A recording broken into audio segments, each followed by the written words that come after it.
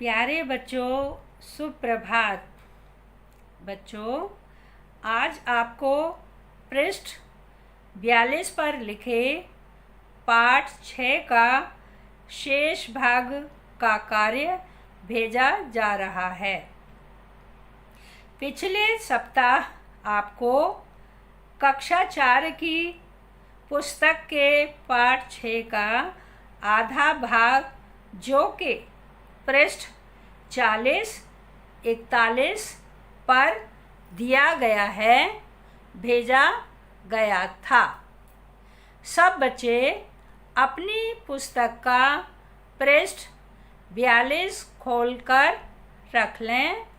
साथ ही अभ्यास पुस्तिका लिखने के लिए तैयार रखें। मैं पाठ पढ़ाते समय आपसे प्रश्न पूछूंगी। पूछे गए प्रश्नों का उत्तर लिखने के लिए आप 3 मिनट का समय लेंगे। बच्चों, अंशुमान अपने पत्र में लिख रहा है कि माह अगस्त जी, आप अपने साथ राखी का त्योहार लेकर आ रहे हैं। राखी का त्योहार हर साल अगस्त के महीने में आता है। अभी से बाजार में रंग बिरंगी राखियों से दुकानें सज गई हैं। अंशुमान लिख रहा है कि मेरी बहन मेरे लिए घर पर ही राखियां बना रही है। वह मुझे टीका करेगी और राखी बांधेगी। मैं उपहार में उसे किताबें और चॉकलेट दूंगा। राखी के दिन अच्छी अच्छी मिठाइयाँ भी खाने को मिलेंगी। रक्षाबंधन भाई बहन के प्रेम का त्योहार है। सभी बहनें रंग बिरंगी राखियां लेकर इस पावन त्योहार की प्रतीक्षा करती हैं। इस पर्व पर सभी बहनें अच्छे अच्छे उपहार अपने भाइयों से प्राप्त करती हैं। बच्चों, प्रायः जन्माष्टमी का त्योहार भी अगस्त महीने के साथ ही आता है, जो भादों की अष्टमी को मनाया जाता है। इस दिन श्री कृष्ण जी का जन्म हुआ था।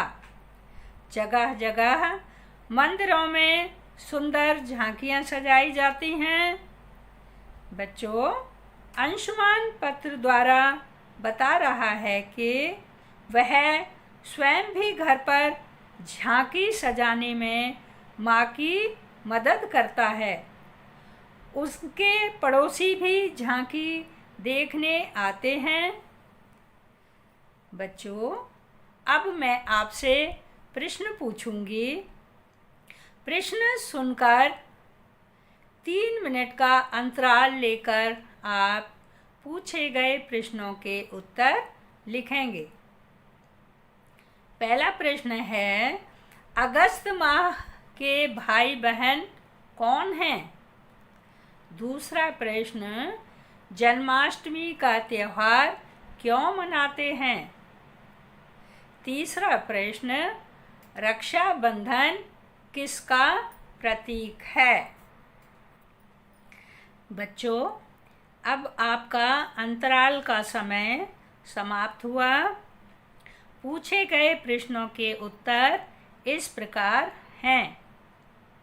उत्तर 1, अगस्त माह के भाई मार्च, अप्रैल, जून, सितंबर, अक्टूबर, नवंबर और दिसंबर हैं, तथा बहनें जनवरी, फरवरी, मई और जुलाई हैं।